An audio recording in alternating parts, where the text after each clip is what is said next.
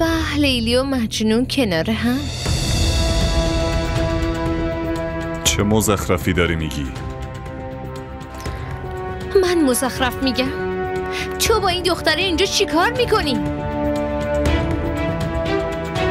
خاله سکته قلبی کرده بود. خب الینا هم به من زنگ زد. ببخشید یه لحظه. سکته قلبی؟ اونم نصف شب و کی؟ مادر این خانم. همه مردای شهر مردن به جز شهزاد آصف.